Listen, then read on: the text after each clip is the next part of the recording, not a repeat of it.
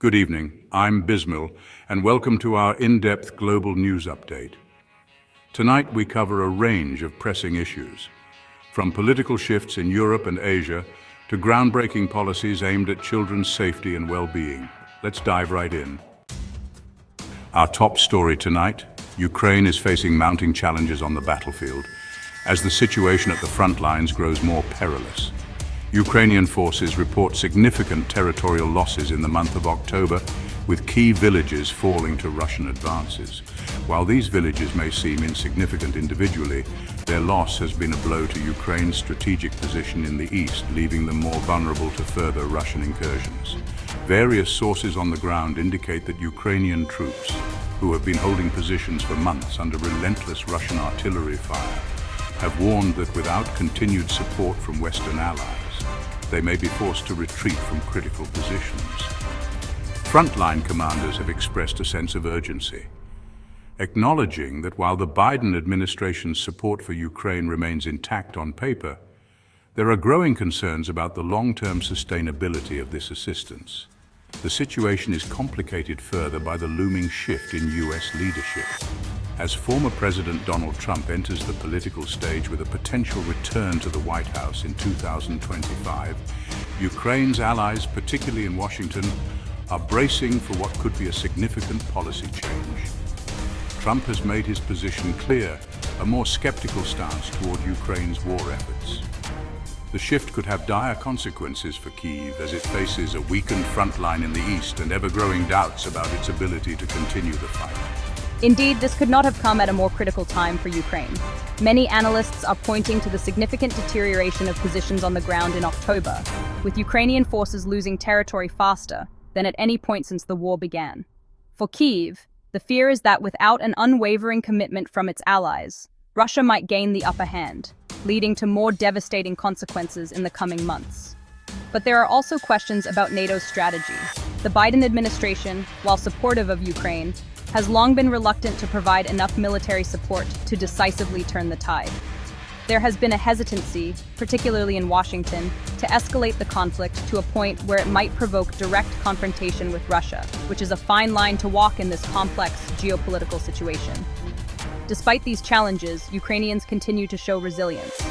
But the harsh reality is, without the belief that victory is still within reach, it becomes increasingly difficult for troops on the front lines to maintain their morale and endurance. In Australia, the government has announced groundbreaking legislation that would make it illegal for children under the age of 16 to use social media platforms. Prime Minister Anthony Albanese, speaking earlier today, emphasized that the new laws were aimed at addressing the growing mental health crisis among Australian youth, which many experts link directly to the harmful effects of social media. The bill, expected to be tabled in Parliament next week, is described as world-leading and sets a high bar for international efforts to tackle online harm. The Prime Minister stressed that the legislation would offer peace of mind to parents across the country who are increasingly concerned about the impact of social media on their children's well-being.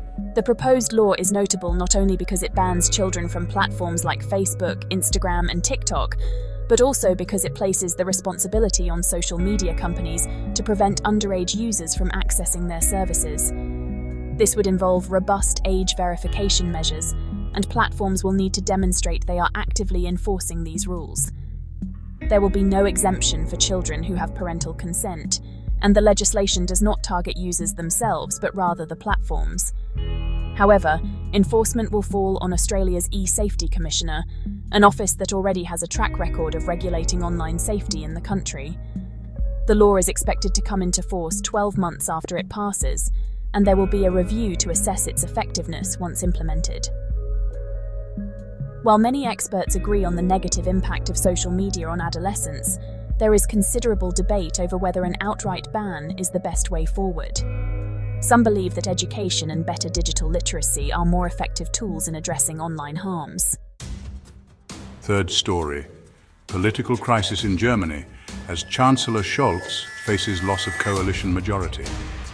In Germany, Chancellor Olaf Scholz is grappling with an unprecedented political crisis as his government coalition collapses following a dramatic falling out with Finance Minister Christian Lindner. Scholz, leader of the Social Democrats, accused Lindner, leader of the pro-business Free Democrats, of betraying his trust and putting party interests above the country's economic well-being. In other news, China and Taiwan tensions continue to rise across the Taiwan Strait as China conducts large-scale military drills in the region. Taiwan has raised concerns over the increasing frequency of Chinese military activities, calling it an attempt to intimidate and destabilize the region. Middle East update. The humanitarian situation in Gaza has reached a critical point as thousands of civilians remain trapped in the conflict. International calls for a ceasefire have intensified, but peace talks remain elusive as both Israel and Hamas refuse to compromise. That wraps up our coverage of the major international and political events making headlines today. From Ukraine's struggles to maintain support in the face of shifting US political dynamics, to Australia's bold move to safeguard the mental health of children and the political crisis in Germany, the world remains in a state of flux. We'll continue to monitor these stories as they develop, and we encourage you to stay tuned for further updates. Thank you for joining us tonight. I'm Bismil, and this has been Bismil's News Corner. Good night.